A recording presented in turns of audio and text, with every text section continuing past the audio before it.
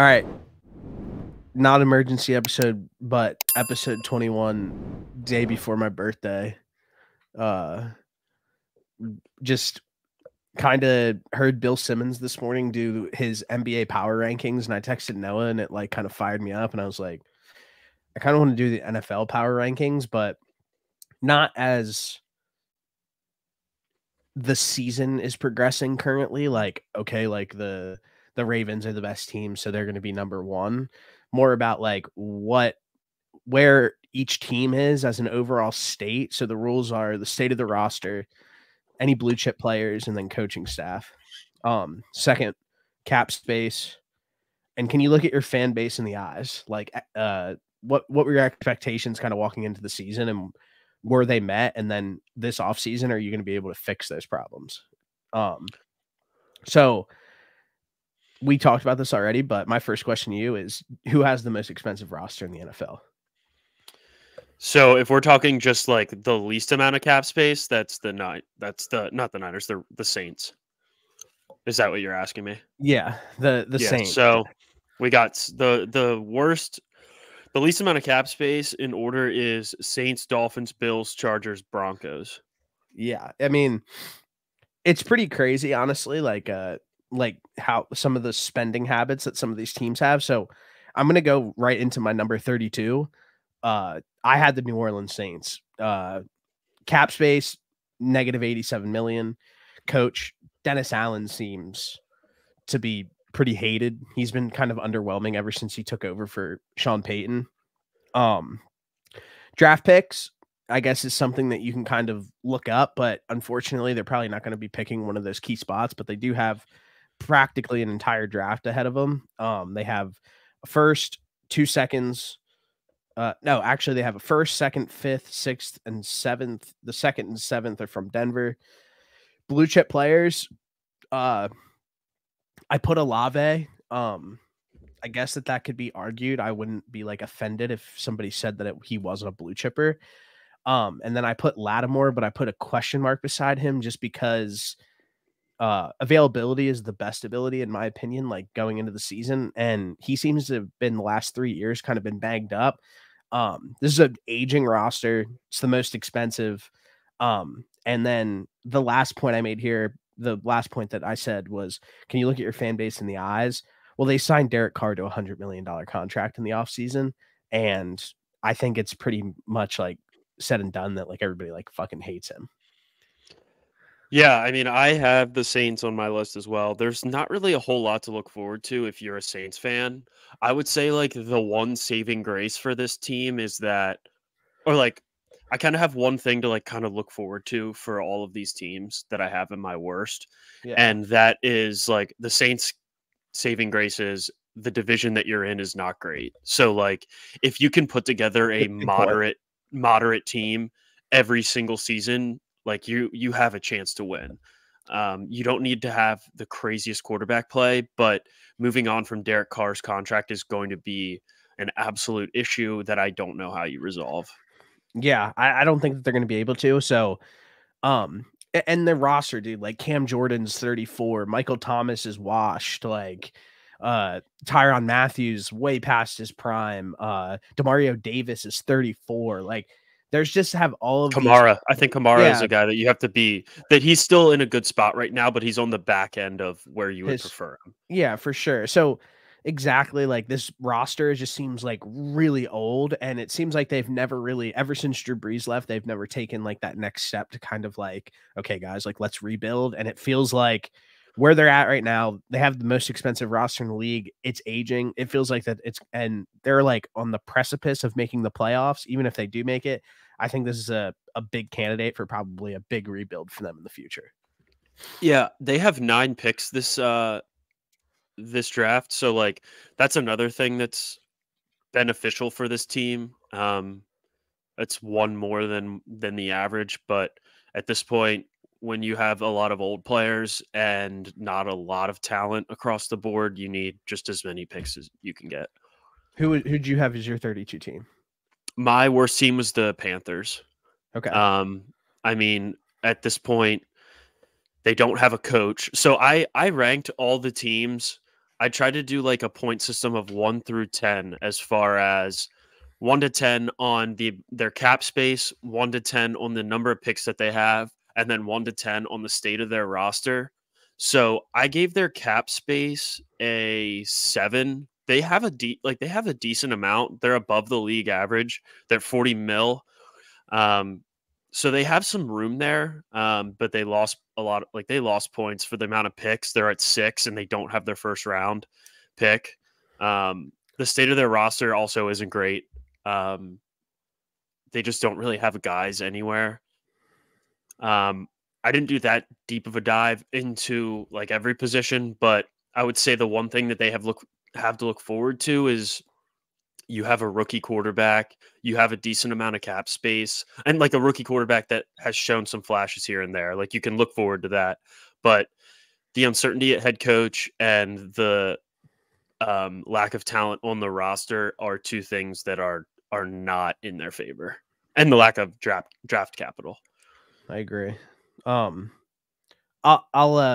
won't add like too much more when I get to the Panthers on my list, but I'll just do like a little bit. So, all right, I'm gonna go 31 then. Do you want to alternate, or do you want me to go first? I can go. I've got the Broncos actually at 31. Okay. Their cap space is also terrible. They're at negative 18 million, 18 million, about to be yeah. about to be negative 19 million. They're cutting Russ, and they only have 6 draft picks in this upcoming draft, which also is not great. And they're kind of in that similar boat with like the state of the roster, as far as I think the biggest thing is when I did like the state of the roster, I tried to average like the number out of 10 that I gave the coach and the number that I gave the rest of the roster. Because I think at this point, if you have a really good head coach, it certainly counteracts the amount of talent on your roster. I think we've just been seeing that a lot with some of the backup quarterbacks. And I think that Sean Payton's a good enough coach, but the rest of that roster still isn't great. So that's why that ranking was pretty low. They had like a good stretch, but moving forward, they're in a really tough spot with Russ's contract. And if you're just going to cut that off your roster, that's just such a waste of money. I don't know what they're going to do moving forward, maybe potential trades, but they're not in a great spot either. Yeah, I agree. Denver's obviously on my list. I won't have too much to add when I get to them, because I think you're correct. My 31st team, I have the Los Angeles Chargers. First point, coach. Still haven't really heard any rumblings on who they're going to hire. Obviously, that's going to happen in the offseason, but at this point in time, they don't have a coach. They're the 4th most expensive roster in the entire league. Blue chippers, on the bright side, you have Justin Herbert, who's a great quarterback, and then you have Rashawn Slater, who's an elite tackle. Their roster, I put aging roster, paying players like they're at the top of their position, and they're not when they're on the field, they're not producing like they're at the top of their position, and more than half the time, they're not even available. What I mean by that, Mike Williams seems to be hurt every single season. Derwin James has had injury concerns in the past. He's been healthy this year, but he has not really been producing. He's the highest paid safety in the entire league. Joey Bosa is paid as a high-end edge rusher. He's always hurt. Yeah, I just think that Austin Eckler, we talked about him multiple times. We think he's a little bit past his prime.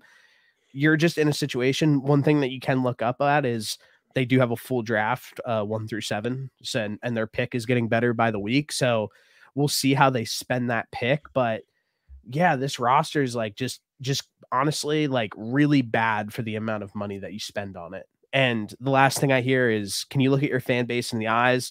The owner decided to move them to Los Angeles, and they don't have a fan base. So I think there's just a lot of downsides to the Chargers, and that's why they're my 31st team. Yeah, I actually didn't have them in the 5, but they could realistically in the bottom 5, realistically so 32, 31, 30, 29 to like 27 could all be rotated, and I think you have a valid case kind of for all of them.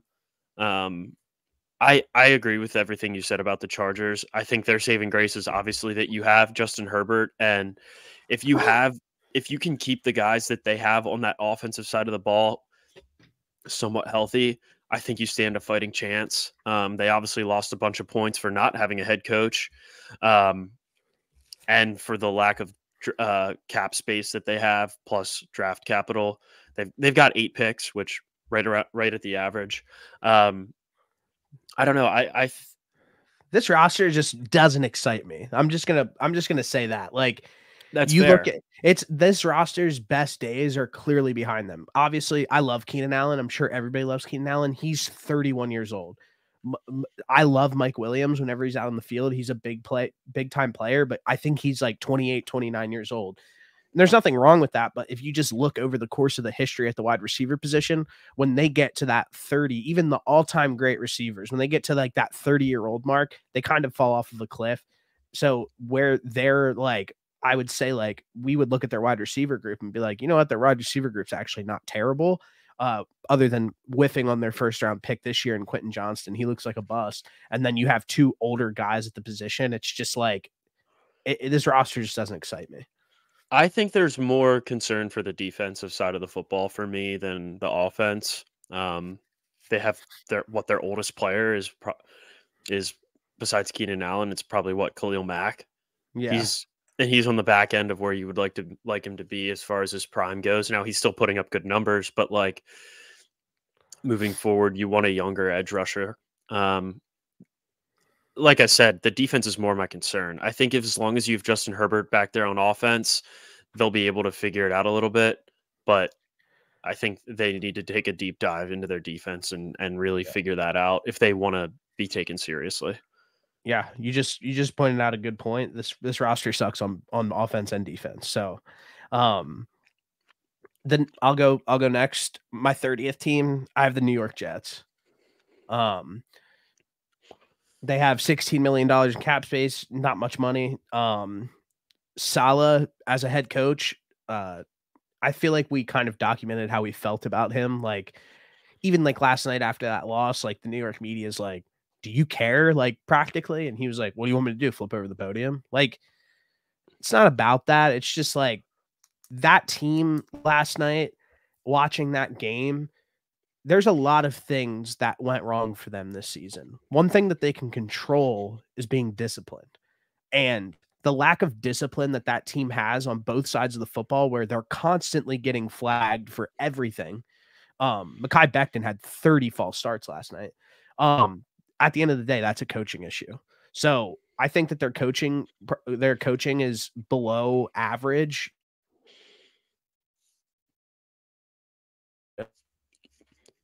You cut out there for a second. Oh, we lost him. Now I'm back with Saleh. Okay, you said with Saleh and Hackett at the helm. I just think that this is probably a bottom 5 coaching duo in the entire NFL. Blue chippers. This is something that when I was watching last night, this pissed me off even more. Garrett Wilson, Breece Hall, Sauce Gardner. Garrett Wilson and Breece Hall might be honestly 2 of the best young offensive players in the entire game of football, and they're just wasting them. It's pretty frustrating to watch. On the other side of the ball, Sauce Gardner, who's kind of widely regarded in the media as like a top 5 corner already into his second season in the NFL. They have a 41-year-old quarterback who wants off of a bad Achilles, who wants to make all the calls. Bad O-line.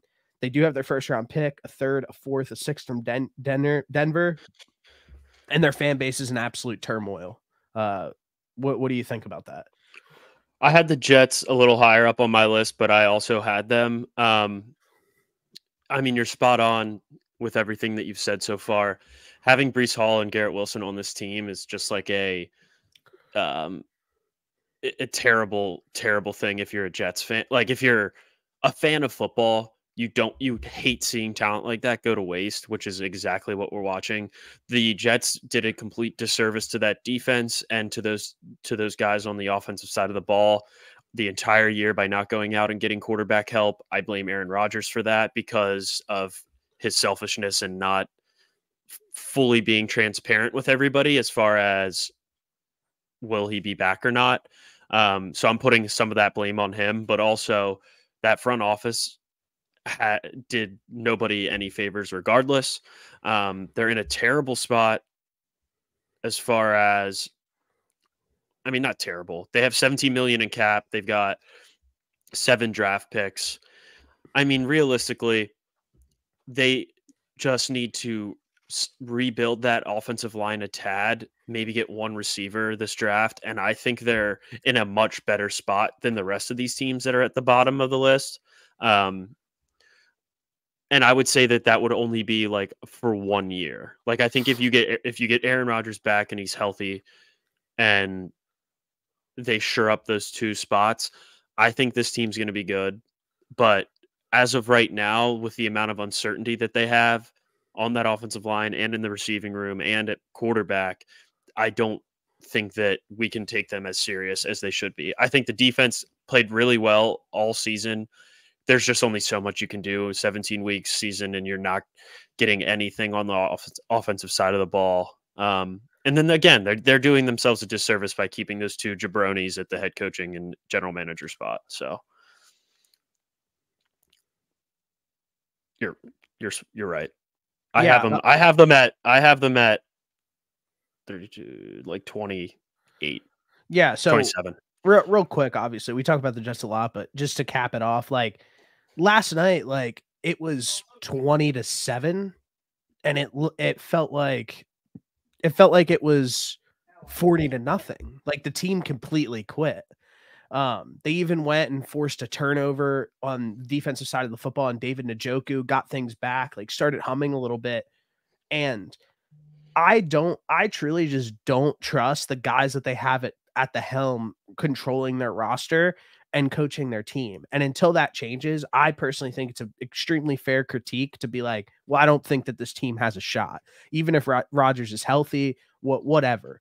Like, even if they go and rebuild the offensive line a little bit, they need to land like maybe a generational tackle in the draft to be able to make it have a true difference. So I just think that like this team is at a way worse spot mentally of like where we think they are. And it kind of gives me the idea of like where the Chargers were at the end of last season. And I know it's like a pretty far stretch because not the same things are happening, but when things start going bad next season, it's going to go really bad because they're just going to think back to what Saleh did. And then like all of the stuff that has happened throughout the course of the year with the Chargers, it just always seemed to fall back on Brandon Staley and his coaching decisions.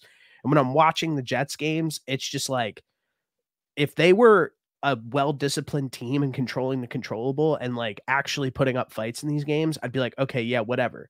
But like, and even real quick too, like what they did at the quarterback position this year was a complete disservice to the entire franchise and every single player in that locker room, because you look at what happened with the Browns. Great that they played each other last night. The Browns went through 4 starting quarterbacks. Joe Flacco was sitting on his couch waiting to get called. He comes out and he gets them a playoff berth. If the Jets actually took initiative in the beginning of the season, like there could have been an actual chance that they could have potentially gotten a playoff berth just for the way that the AFC shook out. So with those 2 in charge, I just have these guys like way lower because I just like don't trust them. I think another thing that I was taking into account somewhat when I was doing this was, what does the rest of that division look like? And at this point, I think the Jets will be better than the Patriots, but like at least next season. But moving forward, I can't see them being better than the Dolphins or the Bills. So right now, they're like the 3rd best team in their own division, and that kind of goes with like the Broncos as well. Like they're not in a great spot in their division either. Being in the same division as the Chiefs is never easy. So yeah, that's another thing that I kind of had in the back of my mind when I was putting these rankings out. So, I mean, but the bright side for the Jets is you have a legit defense, and you get your quarterback back for next year. See what happens. Yeah. I'll just touch on my 29 real quick. I had the Panthers too. Some key points I had was who wants to work there as a coach. We don't know yet. They have a bad owner in David Temper, as we know. Blue chips. I said that they had 0. JC Horn probably, but he's just never healthy, and they're probably going to lose Brian Burns to free agency unless if they franchise tag him. They do have a good amount of cap space. Something that I wanted to highlight that you didn't was their draft. There's a really great potential that they can miss out on CJ Stroud, Caleb Williams, and Drake May. And if all of those guys are smashes, that organization, Anthony Richardson, like this is just going to look really bad. So just real quick, but you can go to your 29. Yeah. So this is what the model had based off of how I ranked everything. And I had the Steelers at 29. According to the model. I mean, I can give you some reasons as to why I don't really like where the Steelers are going to be come this offseason. Their cap space is negative $5 million. They only got 7 picks. They're in the toughest division in football, probably. They don't have a quarterback. Everybody wants them to fire their head coach, even though I think he's good. And their best defensive players can't stay healthy. So I don't know if I necessarily agree with the Steelers being the 29th or the 29th, but I have them relatively low. They have some blue chippers. Like, I think George Pickens is great. And I think when TJ Watt and Minkah Fitzpatrick are healthy, they're great. And then I think they have a really good player in Joey Porter Jr. And then who's that? There's a guy on their O line that I think is pretty good too. I can't remember his name. I don't remember. I don't know their O line. D tackle or defensive end. Alex Whitehead. Yes, I think that's him. Something like that. Yeah, something like that. I think he's really good. I think he's solid too. Yeah, he is. But the biggest concern for me is still at that quarterback position and their best defensive players not staying healthy. I mean, the Steelers somehow managed to pull off, 8 wins so far this season? 9 wins? 8 wins? 8 and 7. And Mike Tomlin probably won't have a losing season as far as he's been a head coach of the Steelers, but I'm just not really a fan of where they're at and what this offseason holds for them. I respect that. I have them a little bit further down. You pretty much hit on everything. I'll just add something whenever we get there. But I agree. If you want to do your 28. My 28 was the Jets. Okay. I had like I said, 29 through like 26 were pretty much the same. Do you have anything that you want to add on the Jets? No, I pretty much covered it. Okay. My 28 was the Denver Broncos. You already said them. Yeah, I mean, they just aren't very good, but they do have a head coach and they do have good owners that are willing to spend money. But as of right now, they're literally going to have to just demolish everything. The Rush trade was graded an F. We can get to just 27. 27, I have the New England Patriots. Their coaching situation seems a little be up in the air, according to like most people. They do have a good defense that they get the most out of. They have a bad offense. No other way to put it. I don't know if they really have any blue chip players on their offensive side of the football. They have Christian Gonzalez. Matt Judon's probably a little bit past his prime on the other side that you want him at. So maybe Christian Gonzalez, who missed the season. So it's kind of hard to just label him as a blue chipper. So I don't really know. Ezekiel Elliott.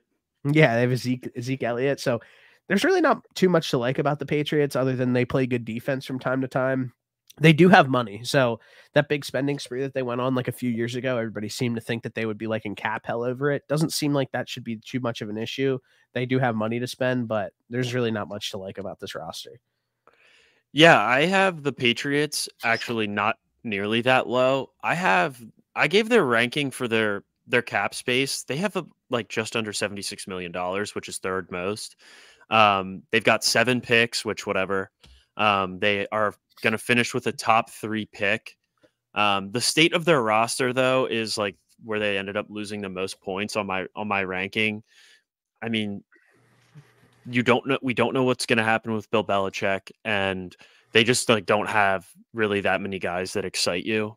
I mean, you touched on Christian Gonzalez. Obviously, I think he's going to be great, but their best offensive player has been Ezekiel Elliott, who's like a backup running back at this point. Yeah. I think Demario Douglas might be a decent like slot receiver moving forward. I think they might have something there, but if he's your best receiver, then you're screwed. Yeah, you're absolutely screwed. Who did you have as 27? I mean, I probably would have had the Chargers like right around. I had like the Saints, Steelers, Chargers, Saints, Steelers, Jets, Chargers, kind of all in that like mixture of the area. Okay. Yeah, I'm right with you. Do you have anything that you want to add on the Chargers at 27? No. The one thing that I was kind of surprised about with this system is how low it had the Browns ranking. Which is strange because the state of their roster is pretty good on both sides of the football, but they owe $12 million, or they're 12 million, about to be 13 million under the cap, like 13 million. They've only got 7 picks, but like, I like their roster. I like their head coach. I don't like the Deshaun Watson contract, but other than that, like, they're in a tough division, but they've got a lot of good things. 26? No, I don't. I'm just saying this was them being like on the lower end of this ranking for me was relatively surprising based off of the system that I had, because like I mentioned, I like a lot of the things that they have over there. Yeah, but I can tell you right now that I mean, I have the Browns pretty high, so that's what I have. Do you want to give your number 26, because my 26 overlaps with what you had already? So I don't have much to say about it, but you can go ahead and give your 26. Well, there was a lot of teams that I had that ended up being like I said, in that lower ranking. Yeah. I had the Seahawks actually in there. Okay. They're at like just under 4 million in cap space, which I'm not a fan of it. Their defense isn't great, and the guys that they drafted, although I think Witherspoon is good, some of these guys that they have on defense have had issues. Jamal Adams, they can't stay healthy. Jamal Adams is a healthy scratch. Yeah, even more so concerning. Tariq Woolen can't tackle. Yeah. Their quarterback is Geno Lewis, who has regressed. Geno Lewis. Geno Lewis. Oh shit, that's the kid that went to Penn State. Sorry. Yeah. Geno Smith. Sorry. Geno Smith. Their bright spot is they have good receivers, and 2 decent running backs, and they have a good head coach. But I'm just not in love with the rest of them. I respect that a ton. My 26th was the Steelers. The only thing that I feel like you didn't touch on that I would like to say is they just have bad team chemistry. Just seems like they don't like each other. We talked about that in the last episode, so we can move on. I'll give my 25. I have the Raiders. Honestly, what this comes down to is like they just have like a very, very bad team history. I won't spend a ton of time on them. I'm not going to deep dive it, but they just have a very bad team history. They seem to never be able to draft the right player. Like even this year, they draft Tyree Wilson. Tyree Wilson's been like, haven't even heard anything about him. Yeah, I've watched a decent amount of Raiders games. I don't even know if he's on the field. So don't really understand if that was a good pick. And obviously, like the Henry Ruggs situation, the David Arnett situation, like everybody, it's well documented at this point. Even if you want to go back to like the Jamarcus Russell situation, they just seem to they can't get this right. They can't get their coaching right. The AB situation a few years ago. This is probably Vegas is a cool spot. I spent some time there in their facilities and shit like that. Like it'd be a cool place to live.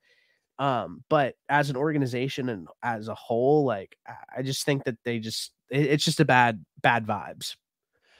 Yeah, I actually had the Raiders higher up on the list. $55 million in cap space. You can do a lot with that. I think it's really important to have an elite edge rusher, and they have that in Max Crosby.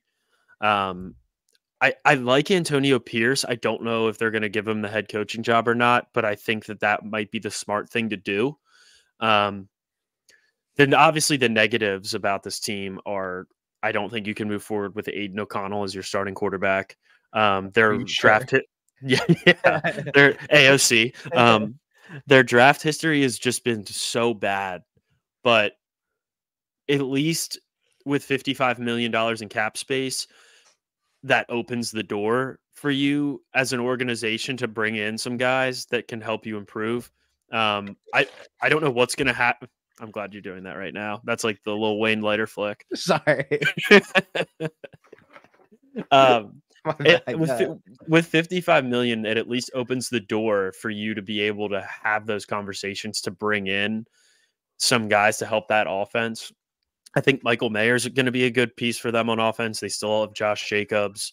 He's on a 1-year deal, so he'll be out of there next year. I know that, but I think he ends up.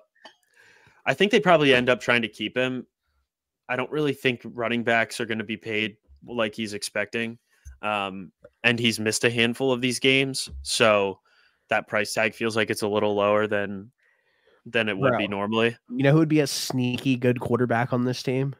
Jimmy Garoppolo. Zach Wilson. Oh my God. No, I'm just kidding. I mean, yeah, you're right. I agree with all of that. And if there's anything else that you want to touch on when they get to your rankings when it comes up, who did you have at number 25? Well, I kind of only did this based off of like the 5 worst. So I mean, I can just overview the team real quick and we can just do that. And then when we get since like 25 on, I don't really have anything. I've just kind of been bouncing back and forth between this chart and whatnot. All right, I'll go 24 then. I have the Buffalo Bills. I know that's probably hard to hear for a lot of people, but they're negative 43 million in cap room. This is an old team. Injuries are really bad on this team. Tre'Davious White was probably their best corner. He just hasn't been the same since he's come back, and then he tore his Achilles this season, so it's not looking too good. They signed 33-year-old Von Miller to a 6-year contract, and he's been absolutely crickets this entire season. What it looks like they need to do is probably blow up this entire roster, which probably starts with getting rid of Stephon Diggs. So they have the quarterback, which is completely fine, but the rest of their roster, I mean, James Cook is really starting to emerge as a real young talent. But other than that, like it just feels like this Bills roster is probably like next year, even this year it happened a little bit and they still have all of these players, but kind of what we're seeing with the Chiefs but the Chiefs have a really good defense where they kind of like regress a little bit and everybody's kind of like wondering what's going on. I could kind of see this same situation happening with the Bills, like for like next year, unless if they make magic happen, obviously. Yeah. I had the Bills in like the middle range for me.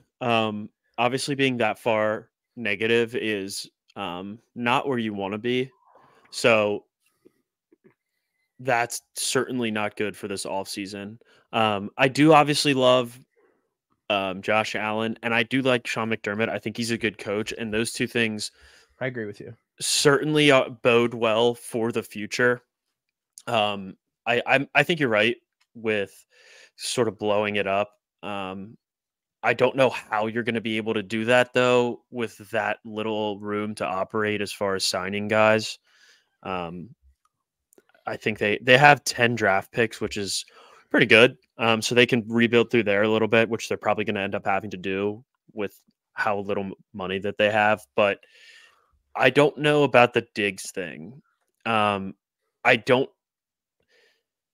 a tough situation because you go to Josh Allen and you say, hey, we're going to get rid of your number one receiver. And I know that he hasn't been playing to the Stephon Diggs level as of recent. I don't think that's going to go over well with Josh Allen. So I don't know if we should be as quick to say, let's get rid of Diggs, even though that could be the right move. I don't know, but I'm not going to go there yet because the one thing when it comes to these star quarterbacks is they want to make sure they have weapons. And we're seeing it with the Chiefs. There's nobody for Mahomes to throw the football to, and we're seeing how that's playing out. They did end up making a great coaching decision though, letting Joe Brady take over. So I think he'll just end up being the OC next year. I don't know if it was official that they announced him when they fired the other guy or not, but I think that they at least have a good head coach. They have good coaches in that building. I think that I don't even know who the defensive coordinator is, but McDermott calls the plays. He calls the plays. I mean, Yeah. if your coaching staff is good and you have a top 3 quarterback, I think you're going to be okay moving forward. But yeah, that's kind of where I stand at with the Bills. I have them in like the middle third of NFL teams right now. So I'm just going to push back a little bit. You brought up the fact how the star quarterback is going to be a little bit upset if he gets rid of his number one weapon. We literally have a direct example of this, obviously, when Patrick Mahomes and they traded away Tyreek Hill. That happened 2 years ago. Then the very next season, and I know that it's so far removed from everybody now because when you look at the Chiefs roster, and we did this last episode, so I'm not going to go into it too much, but they went out and won a Super Bowl right after they traded their I think probably the most dynamic weapon that you could probably have in the NFL. It's pretty damn close. If you want to say like I think it's probably I agree with you. One. So if you're going to sit here, like, I know that the star wide receiver seems to be a big point of emphasis for you when you talk about like these really great teams. But if you just go back through the history of like who's winning these championships and the teams who are really successful, not all of them have like this dominant, like number one wide receiver. And bro, honestly, at the end of the day, like Stephon Diggs is about to be, I think he's already 30 years old. So Diggs is 30. He's expensive. He's way past his prime. I even think if you traded him this offseason, I don't think that Stephon Diggs fetches a first round pick. I just don't think he does.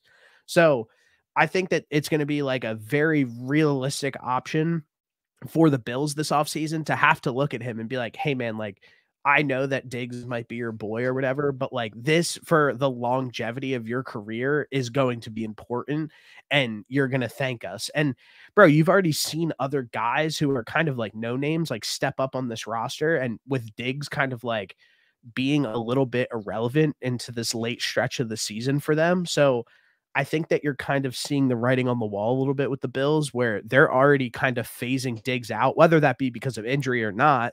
They're kind of already it looks like they're planning for the future a little bit. And if Diggs goes for 12 catches, 165 yards and 3 touchdowns next week, then whatever, like it happens. But I just think you're kind of getting a glimpse into the future of like the direction that the Bills are going to go.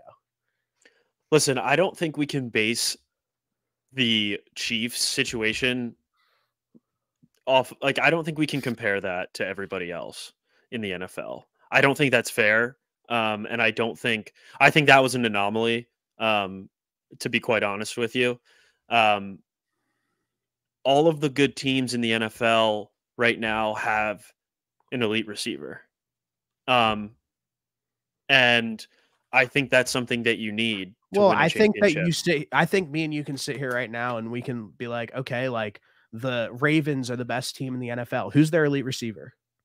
That's fair. That's fair. I mean, I'm saying to win a Super Bowl. The 49ers are probably the best team in the NFL. Do they really have an elite receiver? Because I don't think they do. I think people will say Debo is elite. I think that they have elite playmakers, but like I think that you have elite guys that when you get their ball in the hand, it's different. Like when you have they have an elite running back, and I think Debo is more of an athlete than just a That's fair, but you still need guys. Like you look at the rest of that Bills offense, and who do they have? They're number one. If you get rid of Diggs, you look at the rest of that Bills offense. Are you comfortable throwing the ball to Gabe Davis that often throughout a season? Probably not. Are you comfortable throwing that ball to Kevin Knox and Dalton Kincaid that much throughout a season? Probably not. Are you that comfortable with throwing it to James Cook that much during a season? Probably not. Now, a lot of things can happen in the offseason, but I'm just saying, if we look back, the Chiefs have pretty much been the only team, and they had an elite receiver in Travis Kelce. I mean, that guy was putting up wide receiver numbers as a tight end. So, like, even though they got rid of Tyreek Hill, which great, they pulled it off without obviously the best playmaker in the NFL. They still had an elite receiver. They had an elite quarterback. They have an elite coaching. So I don't think it's fair to make that comparison to the rest of the NFL. I just think the elite wide receiver conversation is a little bit too overblown, because you look at like the top 2 teams in the league right now in the AFC and the NFC. And I'm saying to win a Super Bowl. A Super Bowl. I think, well, last year, do you think that, okay, well, you're saying that like Travis Kelce was an elite. Yes. Okay. 100%. When Tom Brady won a Super Bowl, did they have an elite receiver on their roster? Probably Gronk. Gronk is with the Bucs. Oh, sorry. Yeah, I would say Mike Evans is up there for sure. Okay. Like, because I think that like, I just think that like Mike Evans isn't paid like these guys is what I'm trying to get at a little bit. Like the quote unquote like elite receivers are these guys who are getting paid a fuck ton of money. Like I think probably the only person that's a little bit warranted for it is Tyreek Hill. And then like everybody else, like it's kind of like a mix up in the air. But I don't think that like these guys who are like winning Super Bowls right now have like that number. Like you look at them and they're like, okay, like Tay Adams is the best receiver in the NFL. Well, the Packers couldn't win a playoff game for 5 years. So I think that it's just more to it than that. And I think that if the Bills have an opportunity to get rid of Diggs, I think it's got to be a top priority for them. I think if they have to do it, then they have to do it because of their cap situation.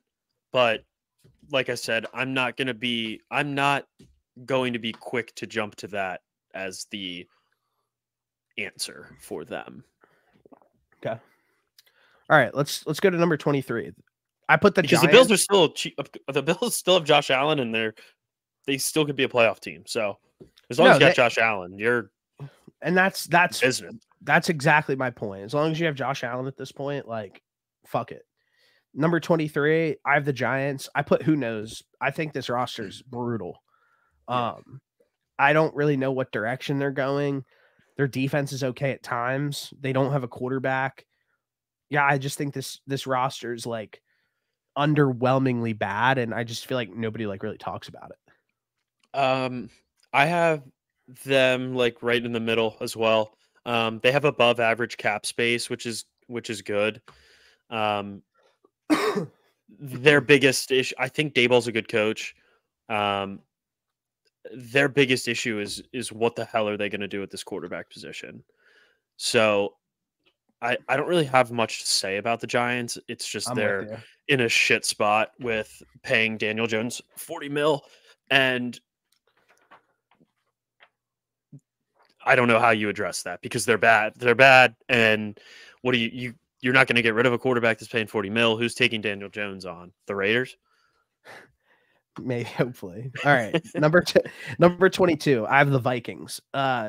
In bold, I pretty much just have like they have decisions to make. Like the decisions that they make during this offseason are going to impact them for the next 5 years, like pretty greatly. So I personally think that they have a great coaching staff. Flores is a great DC, and Kevin O'Connell is a great head coach and offensive mind. I think that that's like pretty fair to say. Other than that, other than Flores bringing the best out of this group, who's like, I think a pretty underwhelming group on the defensive side of the football. I don't think the Vikings have a quarterback.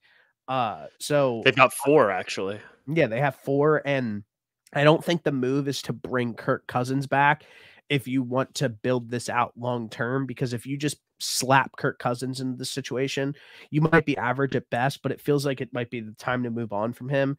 And I know that this is probably an extremely hot take, but this is probably how I feel the most about this situation. Is it's probably a very hard thing to do, but you have Justin Jefferson coming up on contract. You have to pay him. He's going to command the most money as a wide receiver in the entire league.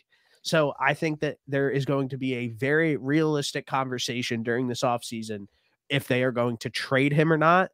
So, like, I know that that's like insane to say because Justin Jefferson is one of the great young players in the league, but they're going to be able to get a ton of assets for him, and they're not going to be able to, they're not going to have to worry about having him on his books.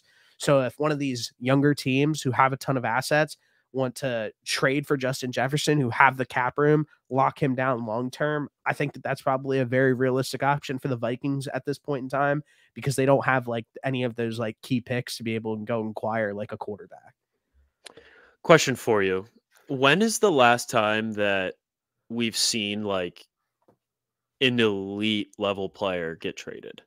Devontae Adams 2 years ago, Tyreek Hill 2 years ago, On Christian his like McCaffrey, on their rookie deal. Christian McCaffrey last year. It happens it happens damn near almost every single season. I mean, None of those guys were rookie deals.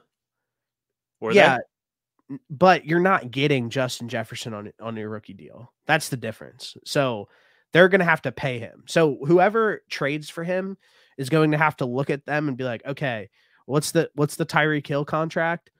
Let me look it up real quick.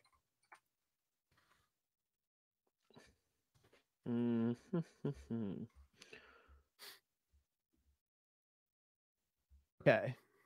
Tyreek Hill, 4 years, $120 million. Yeah. And it's going to be, like, what do you give Justin Jefferson?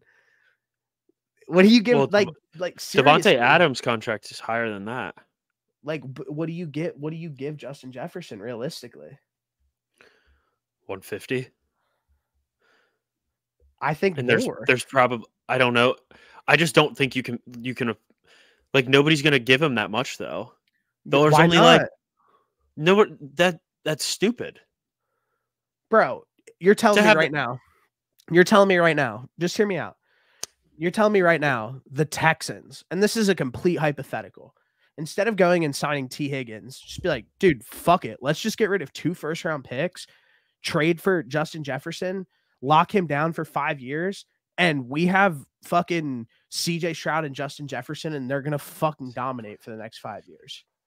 I think the Texans have other issues that they need to address with this cap space. Although they have a fuck ton, they need to shore up some other things than just going all in on one wide receiver. Yeah, and I mean, obviously, like, it could be, like, easier said than done or whatever, because I'm just, like, giving out a complete hypothetical, but over the last few years, we've seen A.J. Brown get moved. We've seen Tyreek Hill get moved. We've seen Devontae Adams get moved. We've seen Christian McCaffrey get moved. These are guys who are all regarded as the top of their position. So I don't think that it's like that crazy of a concept for a team who is teeter-tottering on the course of a rebuild and don't really know what they're going to do, don't have a quarterback, might not have that bright of a future, and to be like, okay, like, this sucks. This is going to be hard to do. We're going to have to get rid of our best asset.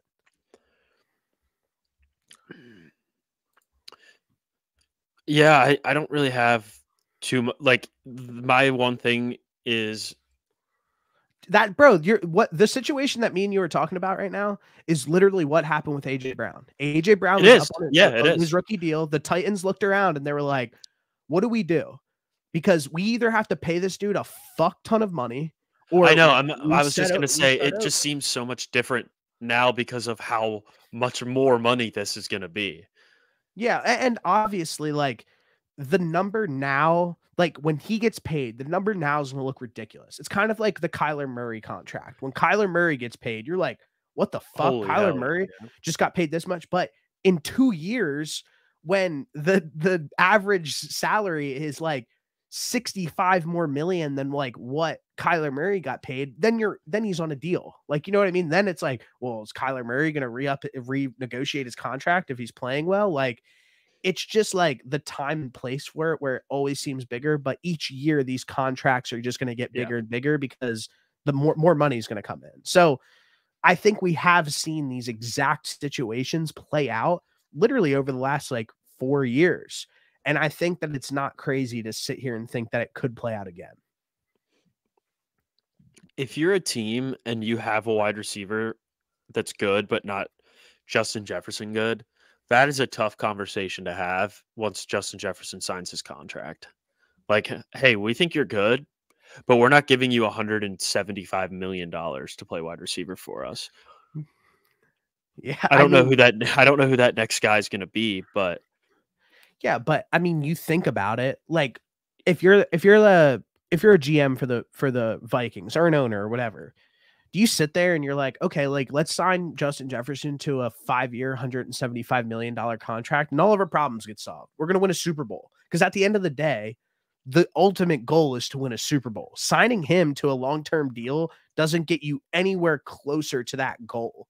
Like if they had like a top 3 pick this season, like in this upcoming draft, I think we could probably have a little bit of a different conversation to lock down like a fucking all-time great wide receiver for like long term, but just where they're at with their team is why I think that.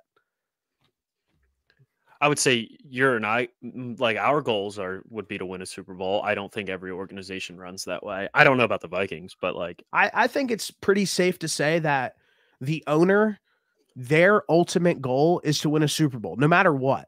So whatever gets them closer to that goal is the point.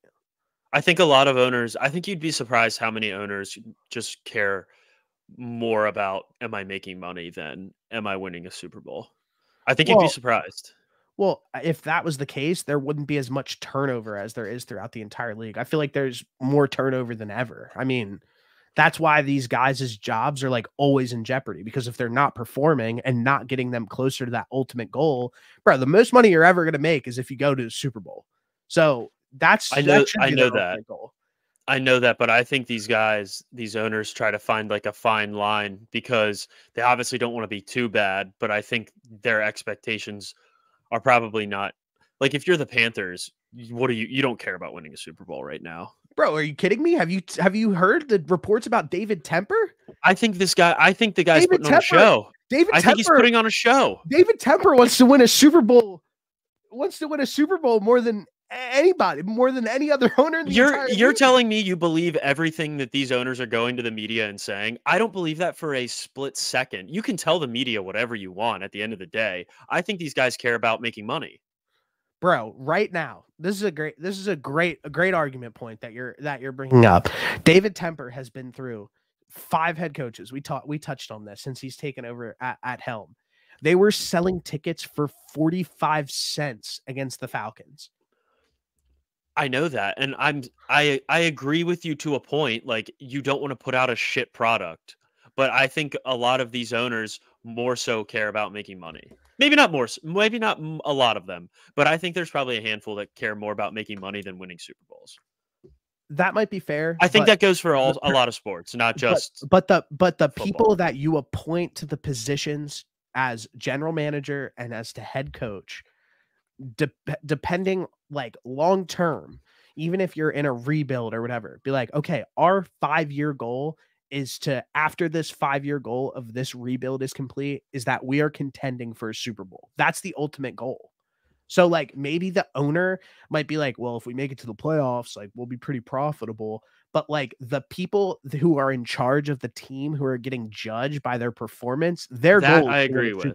Yes, the GM players, and below, the GM and the coaches, they are sitting around and they want to win a Super Bowl bad. Otherwise, what's the point of playing? I agree with you about that. I fully agree. I think GM and everybody below that. Okay, we just got so far off topic. I forget what we were talking about. All right, number 21. Good conversation. Number 21, Commanders. Yeah, I think that I don't think that they're in that crazy of a bad spot, but I think that they need to shake the rust off. They need to get a new stadium. They have that new ownership group. They need to just get the stench out of the building. Like, fuck Dan Snyder. He's gone.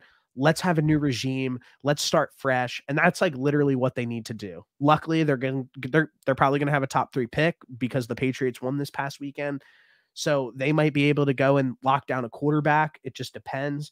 But yeah, I don't think that I'm not that sour on the Commanders. They obviously sold the boat this offseason. They just have bad coaching, man. They're going to have to get rid of Riverboat Ron. Eric Bieniemy is clearly not a head coach. Everybody's been giving everybody shit about that for the last 5 years. He's not a head coach. So I don't think it's that bad, but I think that they just need to kind of put the past behind them and get this new regime underway.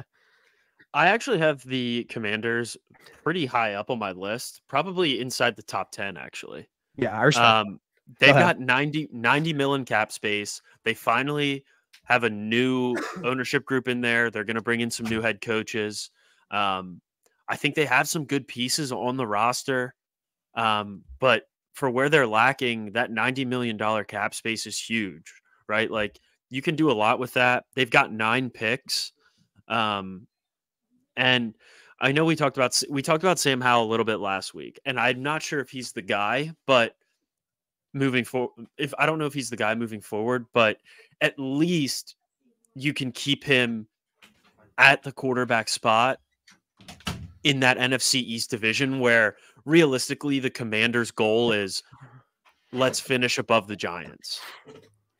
Like, I don't think at this point or within the next 5 years they're going to be better than the Cowboys or the Eagles, but I really like where the Commanders are at right now. I agree. Like I said, I'm not like that down on them. So like I didn't want to make it seem like that, but I just think that the past needs to be the past, and how how they start initiating this future is going to be big for them. That's just kind of how I feel. Yeah. Number 20. I have the Packers. They don't have money. They have a bad ownership group. It's a group of owners. They don't have a lot of money to spend. It's kind of like you kind of feel it as like a mom and pop type of situation is how I would describe it. They have a very weird roster. A young offense. So young. Very young offense. They need to fire Joe Barry. He's the worst defensive coordinator in the NFL. I don't care. And the last thing that I want to talk about is, dude, what is up with Jair Alexander? Because that situation was absolutely insane. Walking out to the coin toss. Why'd you do that? I'm from Charlotte. Like, that was the most bizarre shit ever. So what that speaks to me though is a culture problem in the locker room, because you just like don't do that. So yeah, I just think the Packers is a weird roster. We don't know if Jordan Love is the future. It seemed like it for a little bit. He's kind of teetering back and forth. But first things first, I think LaFleur has earned his keep in the league for at least another year and to see how things, if they go south, then maybe we can have that conversation. But absolutely, Joe Barry needs to go. Yeah, I had the Packers probably right around that middle area too. They don't have a ton of cap space. They got like a little less than 8.5. They do have 11 draft picks, which is good. And then I ranked them relatively high on let me see here.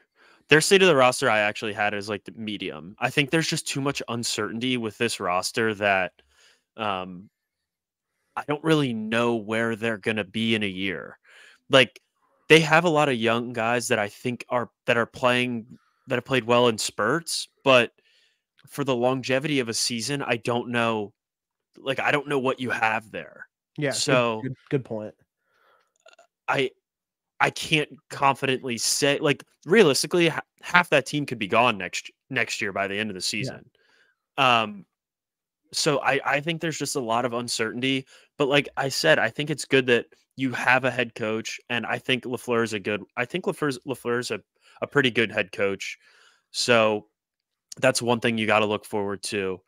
And if you can figure out the Jordan Love situation, then you might be all right. I mean, we saw him play well in stretches this season.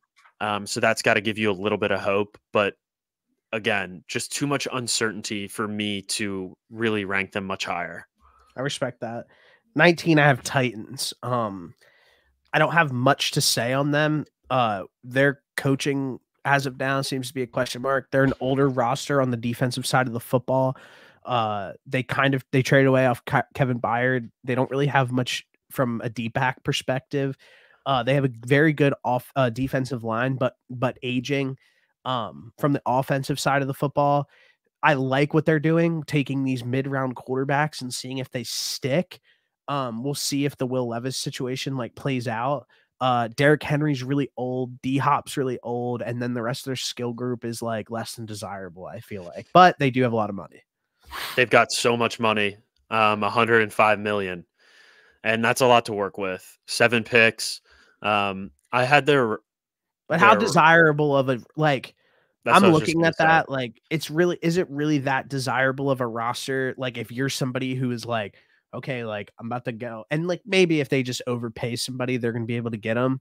But at the end of the day, I think probably a lot of these people want to win. And if you're like a wide receiver or whatever, like you're like, well, am I really going to go to the Titans and like Will Levis is going to be my quarterback? Like, there's just a lot of uncertainty with that roster. Yeah, I agree with you. Again, just another spot that we're really unsure of as far as quarterback goes. I mean, we've seen Will Levis have his ups and his downs, but who knows? Guy hasn't played a full season yet.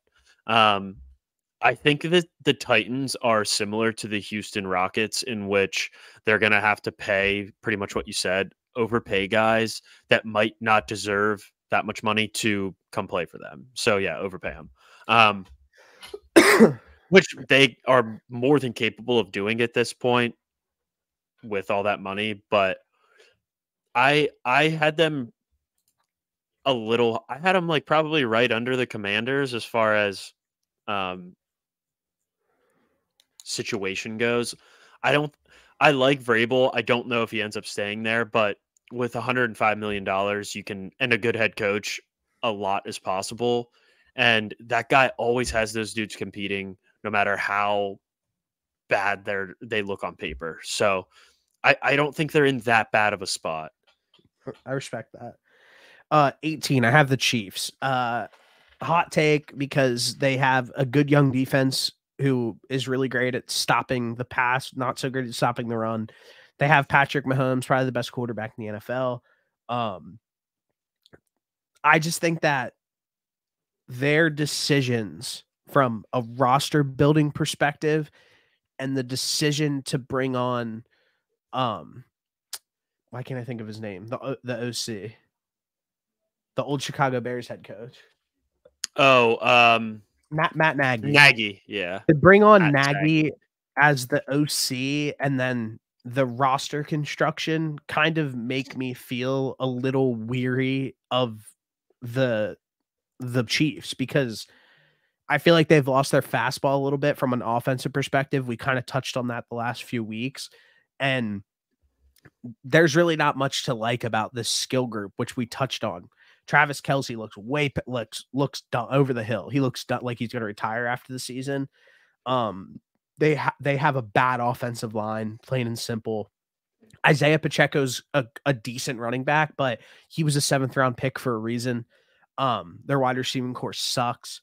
So I just think that until they prove right now that they're able to rebuild skill positions around Pat, and we see their offense get a little bit more of a fastball back, I think it's really fair to critique this team. Yeah, I agree with you. I have them probably right around that same ranking as well. Obviously, they're going to get more points for having Patrick Mahomes at quarterback, having Andy Reid, and then I think their defense was good, but just that the build of that offense is just not great, which we've pretty much been touching on all year. So I don't really have much else to say about it. 18, I have the Falcons. I saw a comparison on ESPN that was like, it's like the Splash Brothers in 2018, but Festus Ezeli and Andrew Bogut. So I just thought that was funny. Like that comparison. Yeah. Like, I think that the Falcons are like an upswinging roster if they can get that quarterback situation figured out. And if Arthur Smith can prove that he's like not a complete bonehead, I just think that the quarterback play, how bad it is like severely underplayed. So I think that they have a lot of bright side on that roster from a talent perspective and from the skill positions. And it feels like every single year they're building that defense a little bit more serious and getting players in there. Like the Jesse Bates signing in the offseason was a home run, probably the best signing of the season, honestly, has been a home run. He's been a dog. So I like the Falcons, but they just have some stuff that need to get figured out. Yeah, I think they lost points for me for having Arthur Smith as their head coach. and not having a quarterback. But I mean, they're pretty solid everywhere else. They can run the football when they decide to give the ball to the guys that are good. Um, and they can score points when they decide to give the ball to the guys that are good. So, good take. It's not rocket science. No, you're It's right. not rocket science. I don't understand it. But yeah, they have decent amount of money. Yeah. I'm really interested to see how they improve that quarterback room this offseason. So yeah, Justin Fields. 17. I have the Bengals. I think they're going to lose Big Lou this offseason. I know that you have Joe Burrow. You have Jake Browning, the best quarterback in the NFL. I think Joe Mixon's best days are behind him. You obviously have Jamar Chase. I think that they're probably going to end up losing T. Higgins this offseason to free agency. That group that they have on defense is very below average. And it kind of like what we said about the Packers ownership group, the same exact thing with the Bengals ownership group. They're not very money rich. So like a lot of their contracts, like they can't afford to overpay. And I just think that is going to cause a little bit of problems to keep that core together who's been snapping. So I think that you lose some key players, you lose a very great defensive coordinator. And yeah, I don't know. I just think that the Bengals might be in a little bit worse spot than everybody thinks. Well, that's funny because I had the Bengals as like literally the best spot. Really? Yeah. All right. Well, let's save that one then, because like you can obviously make your case, but we can move on. 15. Honestly, I have the Seahawks here, but I've really liked your explanation on that. So I think that I'd probably end up moving the Seahawks back a little bit. I don't really have anything to add on that. 14. I have the Browns. I know that you said that they had them far down. Man, I don't know. I know that the Deshaun Watson contract is like big, but like their future is intact. They have their players. If Deshaun Watson comes back and is healthy, and I know that that's like a big point of contention and he hasn't been that great, blah, blah, blah, whatever. But like you have your guys. Like if Chick Nubb comes back healthy, you have Amari Cooper, you have that good defense, you have Myles Garrett, like you have a really, really amazing head coach in Kevin Stefanski. Like he took Baker Mayfield to the playoffs. He took Joe Flacco to the playoffs. I think that they're going to be able to get this thing figured out. I like where the Browns are at. Yeah, I believe I said that I didn't really like where they ended up finishing in the ranking. So like I don't really have any explanation for that because on paper and from just watching this team, I think they're in a much better spot than the model ranked them. So yeah, I don't really have much else. Okay, 14 or 13, I have the Buccaneers. I know that's probably like a little bit weird because they have some stuff that they need to get figured out, but I think that they have like a pretty decent defense with guys who are like at that like middle age that they're going to play for a few more years. So it's not that big of a deal. They have money to resign their guys that they need to resign. I think Mike Evans ultimately ends up coming back too. I like their skill group. Baker Mayfield's playing good quarterback. I think Todd Bowles has kind of like redeemed himself as a head coach in the NFL. So that, yeah, I have the Bucs there. Yeah. Again, Bucs are another team that I had in that middle of the road spot. They got like just under 50 mil. They're going to have to pay Baker Mayfield though, which is going to probably take up a good chunk of money. But I like their defense. I like the guys they got around him as far as Baker goes. But yeah, I think the Bucs have a good future coming up. Plus, again, they're in a bad division, so that's always plus points for them moving forward. 12, I have the Jacksonville Jaguars. And the thing that I have next to their name is they absolutely need to take this offseason serious. They have a good team. Whatever their plan was with coaching this year, with like Press Taylor calling plays, like blah, blah, blah, cut that shit out. Like that did not work. So like, let's get we kind of talked about like what was going on with the Jets this season. Hold on. Bless you. Like after a certain amount of time where their defense just kind of wears out. And that's kind of what happened with the Jags this offseason. Maybe that if they can't re-sign Josh Allen, we're having like a little bit different conversation, but they're pretty much bringing this entire same group back. Somebody said to me, that they think that the Jags should invest in wide receiver. Respectfully, they did. They invested in Christian. Who said that? Nick, I think. Bad take. I think he said like they need T. Higgins. I was like, no, they don't. Listen, honestly, this season, you've never seen that like skill group all play together at the same time. Everybody's been banged up the entire year. They've had a very weird year. ETN's been banged up. T-Law's been banged up. Christian Kirk doesn't have nuts. Calvin Ridley didn't play for a season. Yeah, he was going to be rusty.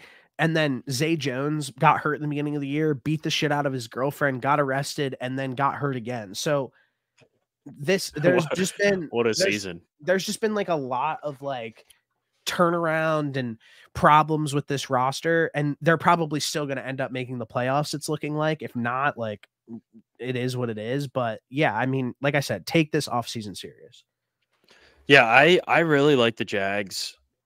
I have them pretty high up here. They don't have the most money. Probably they're in like the lower third as far as cap space goes, but they've got 10 picks. I like their roster a lot on paper. I like their coaching. I don't really think there's not a lot to like about this Jags team. I think they should probably spend that money to keep Josh Allen if they can, but I would say the biggest thing that they realistically need to figure out is play calling and how can we keep Trevor Lawrence from breaking every bone in his body. Yeah. So yeah. I think those would probably be the two things that I would work on the most this offseason. But the rest of that, like I love Doug Peterson. I think he's a good head coach. Trevor Lawrence is great. I like the receiving core, like the running backs.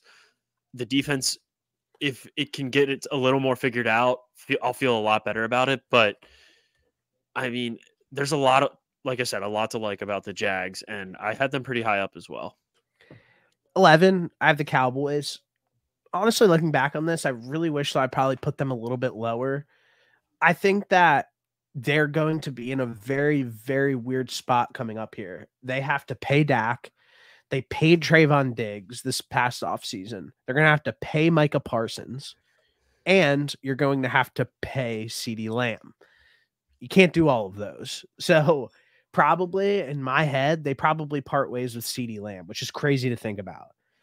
The Tony Pollard experiment, I know that it's like quote unquote failed. He snapped his fucking leg during the season last year. So nope, everybody like forgets that. Like, it's the reason I didn't take him in fantasy this year. I remember everybody being like, oh, like Tony Pollard's like might be the number one overall fantasy running back. And I was like sitting there and was like, I literally watched his leg snap against the Niners in the playoffs. Like, I just like never, like, it's going to take, we see it all the time with these guys who have major injuries. It takes a little bit of time to get back to where you need to be. So I think that the Cowboys have an amazing roster. And even if they go out and lose in the playoffs this year, which they probably will because they do every single year, I think that they're going to be able to get a really great head coach in there. They have a great ownership group. They have a great roster. So even if McCarthy leaves or not, I don't think the Cowboys skip a beat. And I think that they're not in the top 10, but they're on the cusp for me. I had them like lower than I thought I did. They've got negative $11 million. And like you said, they have to sign all those guys, which I don't know how they're going to manage to do that. But realistically, I think we know who the Cowboys are. They'll be a playoff team consistently as long as Jerry Jones is the owner. But they'll have to get over the hump eventually, and I don't see that happening until Jerry Jones isn't the head coach or the owner. But I don't know. We know what the Cowboys are, so like I think it's fair to have them as high as you did. I personally didn't, but I think I understand why you had them as high as you did. Number 10, I have the Philadelphia Eagles. Some positives. Great young quarterback. They have great skill positions. I like the succession plan that they have on the defensive line moving out when you have like all of these old guys and you have like Nolan Smith, like Jalen Carter, Jordan Davis, like Josh Sweat, Hassan Reddick. I mean, they're getting a little bit older, not Josh Sweat, but you have a good succession plan on defensive from the trenches standpoint. What sucks is their offensive line is getting extremely old, and I could probably see maybe Jason Kelce retiring even after this season, and who knows after that. Like, I think that probably like the core group of the Eagles that are in there, we could probably see this be like their last run potentially. But with that being said, you have probably the best executive in the entire league who should probably be able to figure that out. Like, there's really no reason to not think that. And they have a really great head coach. They need to figure out the coordinator situation, but I think that they will get it figured out. Yeah, I had the Eagles higher than you did. Obviously, I think there's a reason for concern for that defense. And then the offensive line retiring. I'm right there with you. I think Kelce probably ends up retiring this year, and then I don't know. I don't know about Lane Johnson. I don't know how much longer he's got. But as long as they have Jeff Stoutland in there at the offensive line coaching spot, I feel realistically pretty good about whoever they're putting in there. Yeah. Having Howie also makes the world so much easier, and having a quarterback that you trust also makes things a whole lot easier. I think they do a great job, obviously, building through the trenches. That's something that they have just continued to get better and better at. But yeah, I think the Eagles are in a good spot for sure moving forward. Minus the offensive and defensive coordinator spots. I think they're going to have to improve there. And there's no reason to think, like, in the Eagles' history that they're not going to, and I know that like you don't think this, but like for the people, like, they're going to figure this out. They always do. I mean, they're not a team that sits on their hands and like waits for things to implode. They're very forward thinking, and they handle situations and problems as they come. They don't let them get too bad. So yeah, I mean, I have the Eagles in the top 10. Yeah, I had them in my top 5 we have our quarterback, we have great ownership, general managing, and the offensive defensive line are always going to be solid. So as my list kind of progresses here, this list is for the rest of the time feels a little bit more to be personal as to the coaching side of things. So I took that into heavy account when I did this as well. At number 9, I have the Dolphins. I think that Mike McDaniels is probably going to be like one of the best head coaches that like we've hired like since McVay. Like, not we, but like the NFL. He just has it figured out. He has those guys bought in. They all respect him. I actually really love their roster, and from a defensive perspective and an offensive, they're not healthy, but like I still like the roster and the players that they have under contract for the next few years. And yeah, McDaniels is a mastermind. So Dolphins at 9. So I tried to like take my model into account plus what I actually see watching these games, and I obviously fully agree with you with the coaching point of it. Their head coach is a monster. Tyreek Hill. Everybody on paper and from what I watch looks great. The negative $41 million cap space is very concerning. Because isn't Tua getting paid here soon? He is, but I don't think that like you see a Tua reset the market. Just don't think you do.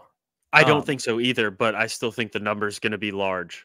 Yeah, it is, but like, and Waddle too. You're going to be able to withstand that. Waddle is a clear number 2 to 3 wide receiver in my opinion. I know, but I still think they go out and pay the guy.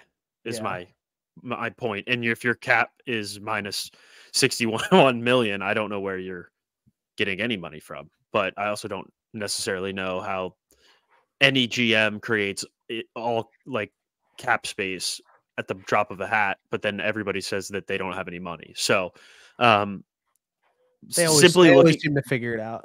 Yeah, simply looking at that number is why I don't have them in the top 10, but like everything else about them is top 10 worthy.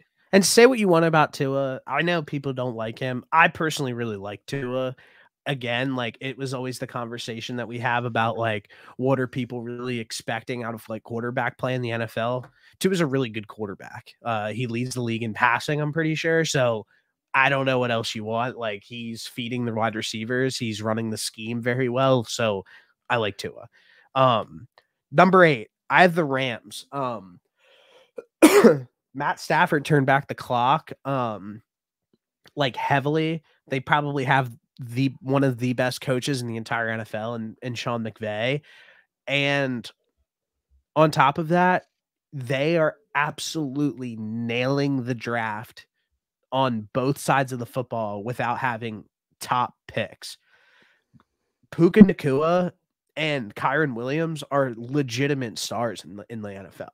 Like, Yeah, it's no insane. It's doubt. insane to watch Puka on what he's doing on a week-to-week basis. He's like setting the same records as like Jamar Chase and Justin Jefferson. Like he's special. Like he's really good and he fits in that offense perfectly and the style of like wide receiver that Matt Stafford really likes. So great young talent.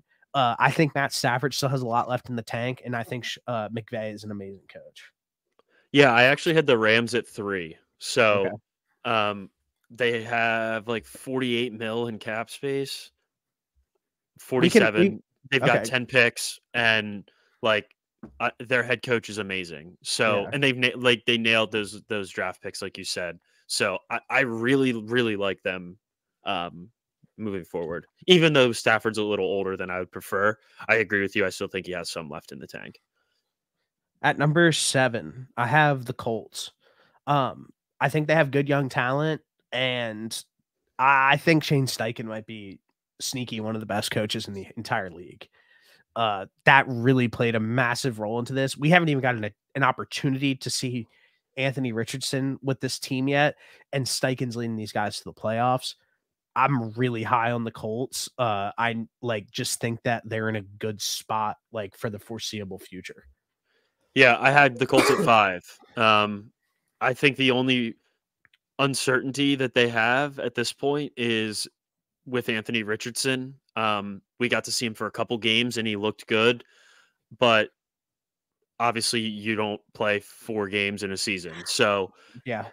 I think that's the only red flag, not even red flag, like the beige flag. They've got a ton of money in cap space. They have a great head coach.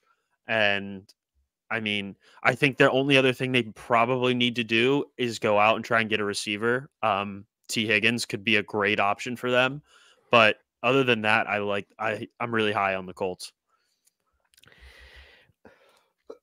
Number 6, I have the Lions. I think the Lions, it just goes back to what we were talking about, nailing like Amon-Ra St. Brown, who is a 4th round draft pick, who's a top 10 wide receiver in the NFL.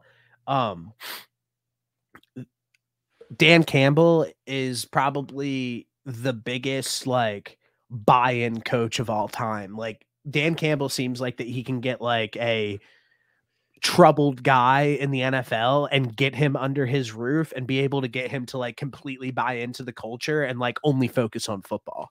So I just think that like having Dan Campbell as your head coach is like almost the ultimate cheat code. And whatever is going to get put in the building, I personally think that he's going to be able to churn it out and like churn out talent and churn out wins for the foreseeable future. They obviously need to make a decision this offseason on with whether or not they're going to re-sign Goff. Seems like that's pretty much their only option. So, but other than that, like I really like this roster. Obviously, their defense is up and down. The one big red flag that we can always put on this is they're probably going to lose Ben Johnston, and we'll see how they exist after his era in Detroit. But I love Dan Campbell as a head coach. Yeah, I probably had them in my top 10 as well, but I mean, I think you're right. I want to see how this offense operates when Ben Johnson's not the OC, but other than that, I mean, you gotta love who they have on the offensive side of the ball. I think they definitely need to address the defense a little bit, but I mean, having Dan Campbell at the helm is phenomenal. Those guys love playing for him, from what it seems, and I think that's just goes to show, based off of this season. So yeah, I think the Lions are in a great spot. Number 5, I have the team who legitimately plays with the cap turned off, the 49ers. They have an absolute star-studded roster from top to bottom on offense and defense. Shanahan's probably my personal favorite coach in the league. He's an absolute dickhead, and I love it. He's a mastermind. You have a quarterback who is literally the last pick in the NFL draft, who's playing at an extremely high MVP level. You have probably the best coach that can get the most out of a quarterback, and you have an absolute star-studded roster. Yeah, I have the 49ers here. Yeah, I didn't have them in my top 5, but I don't think there's any argument to be made for them. I just don't know how they're going to end up. I don't know when they have to figure out how to pay everybody, but that would probably be my only concern. Other than that, like, what does the Brock Purdy contract look like? Because I'm not paying that guy $50 million if I'm the Niners. Yeah, I mean, if he wins a Super Bowl, like, you're probably going to have to. I don't think you do. I mean, I'm just telling you, like, you're probably going to have to if he wins a Super Bowl. But, I mean, bro, that's 4 years from now. Like, yeah. Bro, yeah. What if the Niners literally go 4 years under this contract, franchise tag the 5th, franchise tag the 6th, and that's a different story. I mean, that's what they did with Kirk Cousins. Kirk Cousins was getting franchise tagged by Washington every single year. I think you see a very similar situation where you're not going to have to sit there and pay them. And bro, John Lynch doesn't give a fuck. Like, these guys aren't like, well, we need to take care of our quarterback, like blah, blah, blah, this, that, and the third. Like, they'll literally roll out there with fucking Sam Darnold if they have to, or whoever the fuck they have to do it with, and try to win football games. So I think that Brock Purdy is a true product of the system. And without the system, he'd be nothing. So I think that deep down, he knows that. And they are at a leverage moment where the organization and the team have the power over Brock Purdy, but that's not even something that they're going to have to worry about for a while. Yeah, I agree with you. I'm just looking down the road. I mean, I agree with everything that you said. They've got ballers all over the field, phenomenal coaches. I mean, I'm not really worried about the cap space for this upcoming season. Like I said, I'm more so just looking at the future. I don't really know, like, does the draft even matter for these guys? Because it feels like they can just pick, like, as long as they have a handful of picks, like, it feels like they can turn anybody. And everybody wants to go. Everybody wants to go where and play they need to be. Yeah. Sebastian Joseph Day is a decent defensive tackle. He gets released from the Chargers. He wants to go play for the Niners. Randy Gregory gets released from the Broncos. Randy Gregory goes straight to the Niners. Like, this is a place where people want to play. They're a winning franchise. Like, it's a historically great franchise. And I don't think that that's ever going to be an issue. Number 4, the only reason that this team is above the 49ers is because I picked the Ravens, and it's because they have Lamar Jackson. Lamar Jackson, in my opinion, I think if I were to ever do a quarterback rankings, I mean, out of respect, I would obviously put Patrick Mahomes. And then literally, like, right after that, I'm going to go ahead and put Lamar Jackson. I think that he's better than Josh Allen. He's an absolute dog. I think that his record against the NFC is like 30-1 all time. Stupid. Whenever Lamar's healthy, he just wins. I mean, there's really not much more to it than that. Obviously, he has had some injury concerns in the past. And if you look at the supporting cast that Lamar has done it with since he's gotten into the league, I don't think anybody looks at their position, their skill position players, and are like, wowed.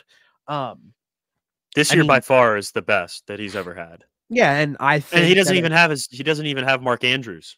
He doesn't have Mark Andrews, and like, I think it's like an average group. They just lost Keaton Mitchell. Keaton Mitchell, who is a undrafted free agent who ended up popping for them. So it's crazy how much Lamar can do with this team because of how truly special he is and how truly special the coaching is on this team. Todd Monken was an absolute slam dunk at the So good. OC. Mike McDonald, their defensive coordinator, is an absolute animal.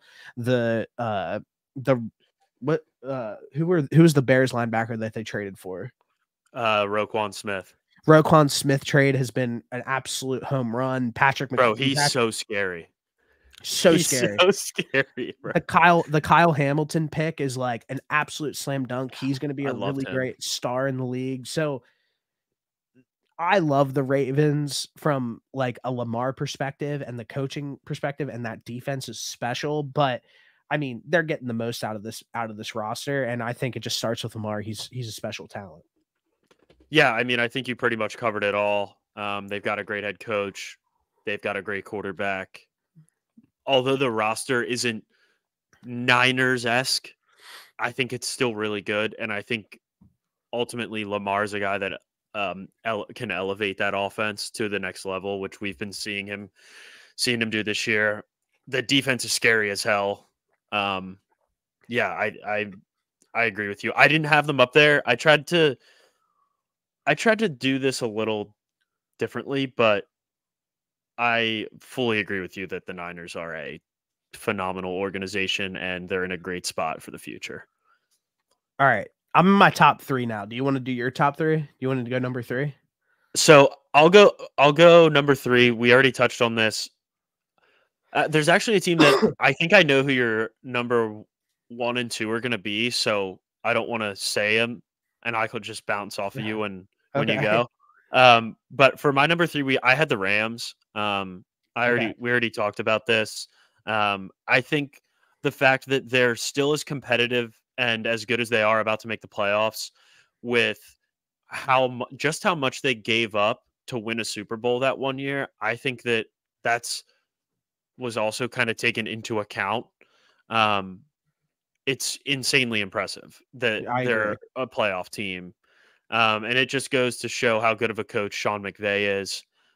So yeah, they're my number 3. All right. My number 3, I have the Arizona Cardinals. $54 million in cap space. They have a really great coaching staff to be able to. Jonathan Gannon, they've won 2 games this season, 3 games, whatever. The fact that these guys even show up every single week, I think, is a testament to like the culture that they're building in Arizona. Obviously, we have a little bit of an inside look about like what's actually going on there, just because we have people in the building every single day, and how like much that they have bought in there, and how it's more of an upward swing than a downward swing. Blue chippers, I have K1, I have Budda Baker. Draft picks, they have their own first round pick. They have a 1 via Houston. They have a 2nd, 2/3, a 4th, 2 5ths, and then 2 7ths. So they're picking. They've got 13 1, 2, picks. 3, 4, 5. They're picking 5 in the top 100. So they get a knock at drafting 5 top 100 players in this upcoming draft. That's insane. The one thing that I think isn't talked about enough, and I think it will start to be, is they really nailed this draft this season. All of their players that they've drafted have been the top 3 in the rookie categories throughout the entire season, as like a production standpoint wise. I think that their defense is very suspect and obviously has a lot of work to be done. And from an offensive side, like James Conner's really old. They're starting to pair up that O-line, and I think that their wide receiving group is like extremely pedestrian. But when you have a great quarterback like Kyler Murray, who can roll out with a fucking bunch of janitors and can throw up like 29 points on the Niners, I think you're in a really good spot. So at number 3, I have the Arizona Cardinals. So I had them at 6, and you kind of touched on some of the points that kept them out of the top 5 for me. The holes and the roster construction are pretty much the only reason why I don't have them inside the top 5. I think they have they are solid at quarterback. The offensive line, it looks like, is going to be all right. 13 picks in the draft, a shit ton of cap space. They have their head coach. Like, all the main, I would say, out of like the 4 main things that you really need, you have it covered. You have like 3 of them covered. I would say a quarterback is probably, this head coach is probably number 1, quarterback is 2, and then like I would put pass rusher at 3 and playmakers at 4. Yeah, So and real quick, BJ Ojulari has been like a very great edge rusher for them. Obviously not elite of the elite, but he is producing. But go ahead. right, but my point is once you have a guy there, like the guy at edge, I think the world is theirs for the taking. Like, there's so much to look forward to if you're a Cardinals fan. I just think that the current roster construction needs to be improved, and they're in a great spot to do that. But like I said, they have like the main components covered, and I think having a good head coach and having a good quarterback are super important. But mainly the head coach. I think that's what ultimately has been like the deciding factor for a lot of teams this year, is how important head coaching has been, especially if your quarterback's injured and you need to actually be a coach, right? You can't just have a guy out there manning it for you. So yeah, I think the Cardinals are in a great spot. They're going to be, I don't know who they end up going after this offseason, but with that amount of money and 13 picks, it has given them a lot of options. It's given a lot of options, and you've even mentioned the edge rusher. Boom, there's 2 pretty high tier edge rushers available in free agency this season, Brian Burns and Josh Allen. What if they can land one of those guys? What if one of those wide receivers that we were talking about who could be potentially disgruntled, that you can go ahead and trade a second and 2/3 for, etc.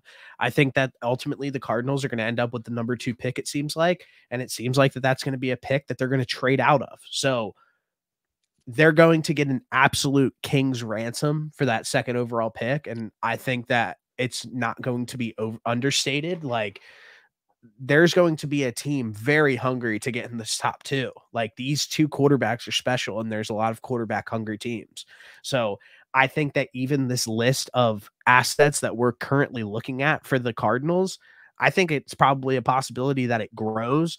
I think being in Scottsdale, Arizona is probably a really highly desirable place. So I think that it's probably a pretty decent opportunity for them to land a free agent. I'm looking at the receivers that are going to be free agents, and that doesn't seem right. It says Calvin Ridley. Yeah, I think so. Really? I Yeah. thought he was on a little bit longer deal. But I think he ends up sticking with the Jags anyways. I mean, it's not a strong free agent class for wide receivers. No, probably T. Higgins is 1A. It's T. Higgins, and then that's why I said Calvin Ridley. He's like the only other guy that I would even consider. Like, I mean, Mike Evans is on here, but he's 30, and he's probably going to stick with the Bucs. Odell's on there. He's 31. Not worth giving him money, crazy money too. Tyler Boyd from the Bengals, he's good, but he's 29. Like, their best bet is probably trying to trade for somebody. Hey, what if we give a second and 2/3 to the Bills for Stephon Diggs? Would you be okay with that? Would you take that if you were the Bills? What was it? A second and 2/3? Yeah. I'll give you this year's second and 2/3 this draft for Diggs. And we take on all of his salary. I don't know. Probably. I don't know. Hey, listen, just a complete hypothetical, obviously. But yeah, I think that, like you said, I don't think it can be overstated enough how flexible the Cardinals are. And let's even real quick, we can throw out the opportunity for them to trade Kyler Murray. Kyler Murray fetches a first. Plain and simple.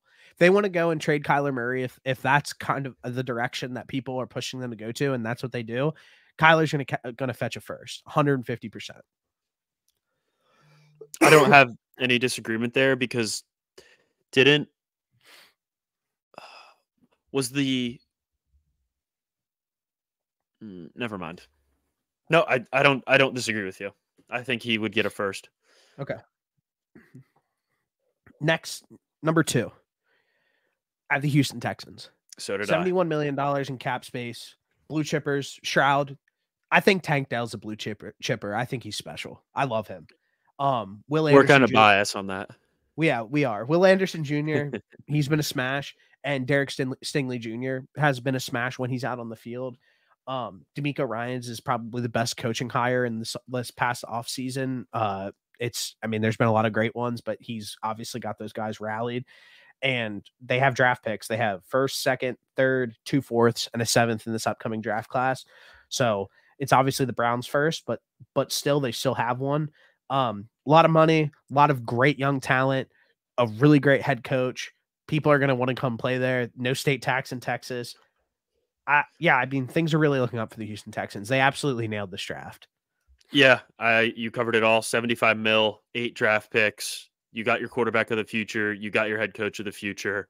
Again, the reason I had them higher than the Cardinals is because I think the roster construction is a little bit better.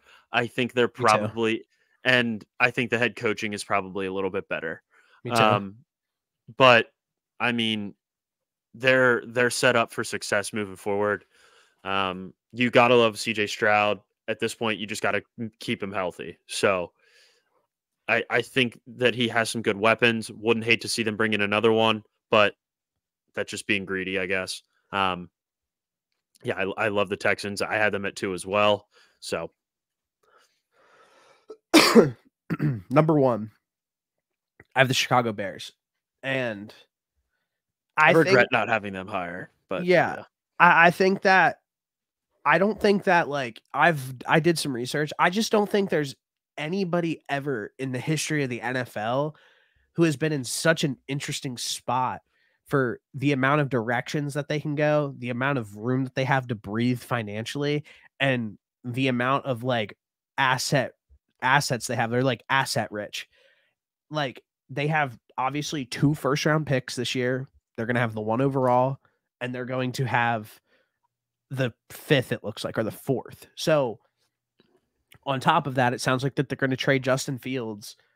Honestly, at this point, after watching Justin play the last few weeks, I think it's a very real opportunity for him to fetch what Sam Darnold has had, if not more. And I'm starting to think that you can get a 1st-round pick for Justin Fields. I watch him every single week, and he's just special. I just think that he has a place in the NFL, and he is going to play. And I think that if he became available on a rookie deal, and all of these teams who are middling in the pack, who don't have an opportunity to go up and get that real blue chip talent in the draft, that Justin Fields is a very great option, I feel like, and probably one of the best that are going to come across the market probably in a long time. So I think probably the biggest red flag is just Matt Eberflus as your head coach. I think Ryan Poles has done a decent job. I think getting Montez Sweat in the building has kind of been an absolute, that was locked. Their defense is actually playing very inspired, and they're playing really well. But I think it kind of speaks measures for Eberflus kind of keeping this roster glued together when this season looked so bad for a while, and being able to keep those guys glued together and still perform on a week-to-week basis. I think you gotta I don't like Eberflus, but I'm trying to give him some credit. But yeah, I just think that the Chicago Bears this is the first time we're ever going to see something like this happen. Yeah, I think the Bears ended up losing some points for me is because of Matt Eberflus as the head coach. I think he's done a great job on defense, and I think they would be foolish to let him go rather than sticking him on as the defensive coordinator. I think we saw that defense pretty much get better throughout the season. And I think that bringing in Montez Sweat certainly helped with that. They also lost points for the lack of uncertainty at the quarterback position moving forward. And now you say they're going to trade Justin Fields. I understand that. I probably would end up doing that too, I think. You have to. You have to. But you just don't know what you're going to get out of either one of the quarterbacks that you end up drafting. Yeah. So that's where they lost some points for me. But at the end of the day, the Bears are in a great spot too. They've got a ton of money. They're solid on defense. They have some good They have some good players on offense. I think I'd like to see them go out and get another one. I like DJ Moore. I like Cole Kmet. I'm kind of indifferent about the running backs, but I don't think they're terrible. That big thing is just that quarterback spot. And we have seen backups come in, but ultimately you got to have a starting quarterback in the NFL. And the Bears haven't had that, since Mitch Trubisky? Yeah. So they've got to shore that up and probably figure out a head coach. Probably the most two important things, but they've got all the money that they need and they've got talent everywhere else. So I think if you're a Bears fan, you're just as excited as if you're. I think the Bears being behind the Texans and in front of the Cardinals makes the most, and in front of the Colts makes the most sense to me.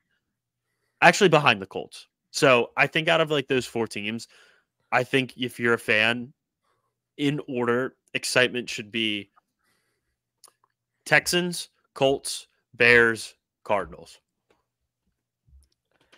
I agree. So there's two things, and then we can start to close out. Who's your number one? So I had the Bengals at number one according to this model, and I can explain that. I didn't realize that they would probably be losing their defensive coordinator because I think he's great.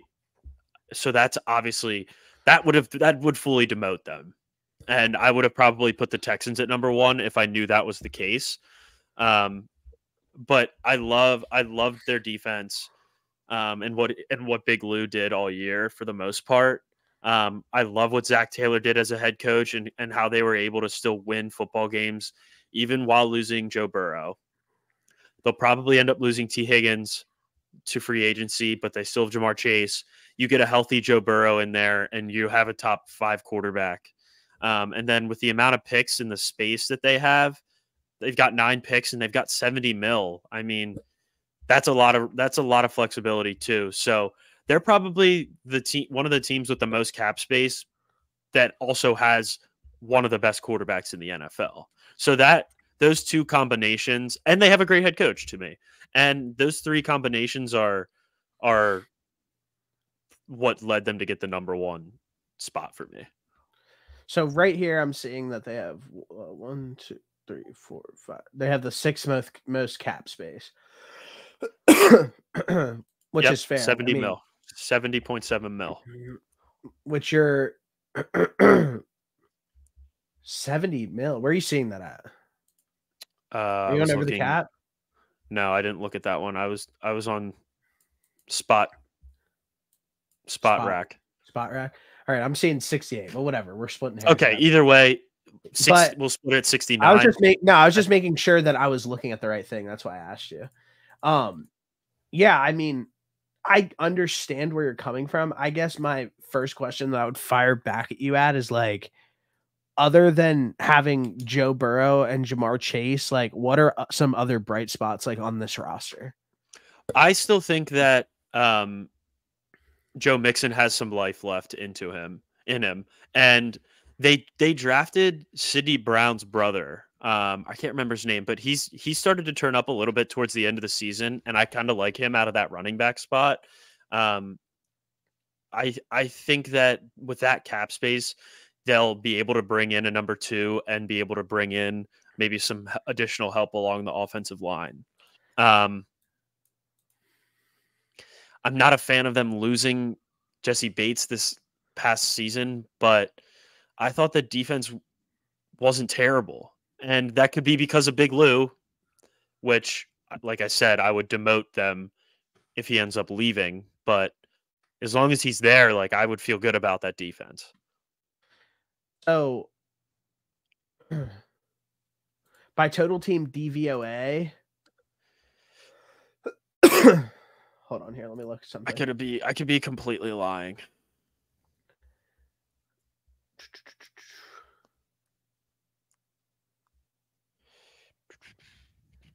By DVOA rankings, the Bengals have the 26th worst defense in the NFL. I think it's been very understated about how underwhelming their defense has been, like almost like this entire season.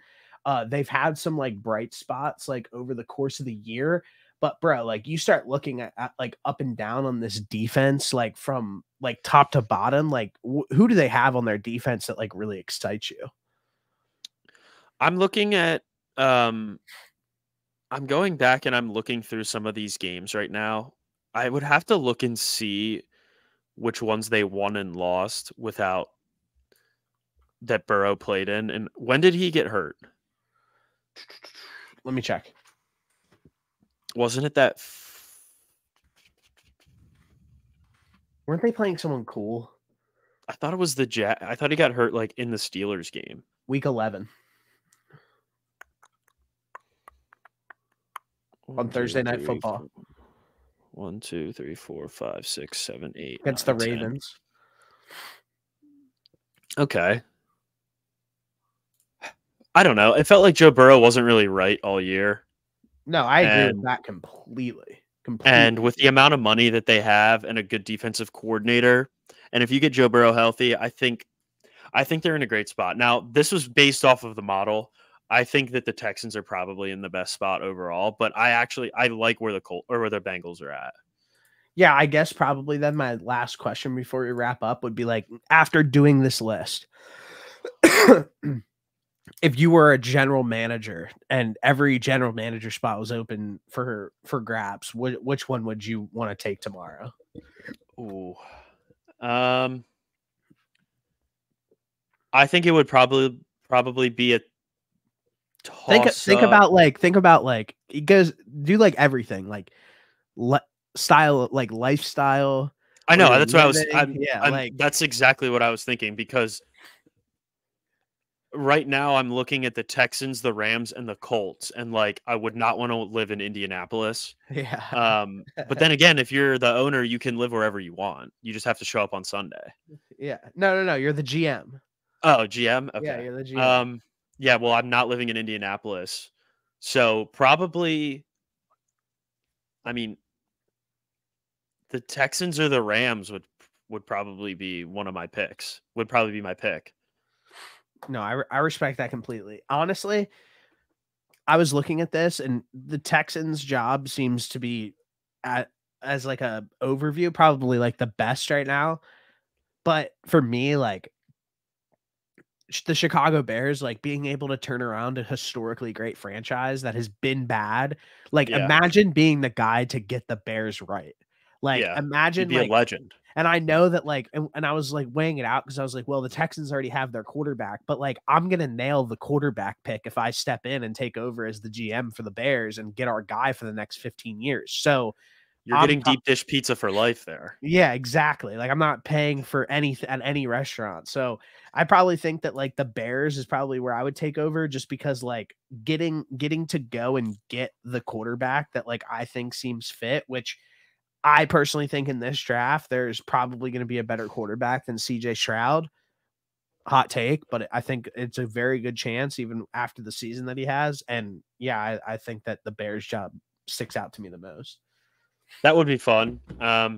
Living in Chicago would be cool, although I wouldn't want to have to sit in the freezing cold for that many games. I guess they have the Bulls, which would be cool. They've got the Cubs.